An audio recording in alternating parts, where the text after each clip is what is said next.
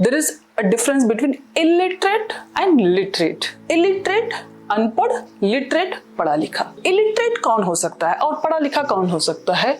Government of India के according जो 7 साल की एज के ऊपर जो होता है वो अगर कोई भी लैंग्वेज अगर पढ़ सकता है, लिख सकता है और समझ सकता है, पढ़ना लिखना दोनों और समझना तीनों चीजें अगर साथ में कर सकता है तो वो लिटरेट है।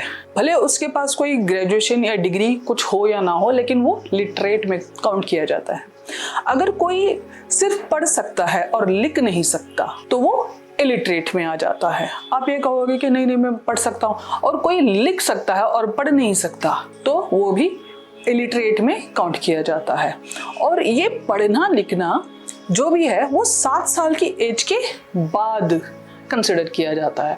और 5 साल से कम उम्र का बच्चा वो जितना चाहे पढ़ ले या लिख ले, बोल ले, लेकिन फिर भी वो इलिटरेट ही कंसिडर किया जाता है बिलो 5 years ऑफ एज। आज के हम देखते हैं बहुत सारे बच्चों को 3-4 साल का बच्चा होता है, उसको इतना जी का झंझाल बन जाते हैं पेरेंट्स या उसके गार्डियंस, उसको स्कूल भेजो, उसको ये सिखाओ, ये ABCD सिखाओ, ये करना सिखाओ, वो करना सिखाओ। जीने दो यार बच्चे को, पढ़ लेगा 1-2 साल में। पढ़ना लिखना ही तो है। अगर पढ़ना लिखना आ गया then he can understand। तो here what we say is a person aged 7 and above, 7 साल से ऊपर, who can both read and write with understanding in any language is the treated as literate as per the census of 2011। A person who can only read but cannot write is not literate prior to 1991।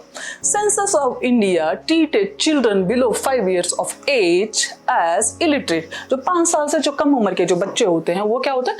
Illiterate होते हैं। और बच्चों के जान पे मत बनो, जीने दो उनको। 15-20 साल तो वैसे स्कूल कॉलेज में ही गुजारने हैं because of Indian education system. उन पे इतना मत बनाओ।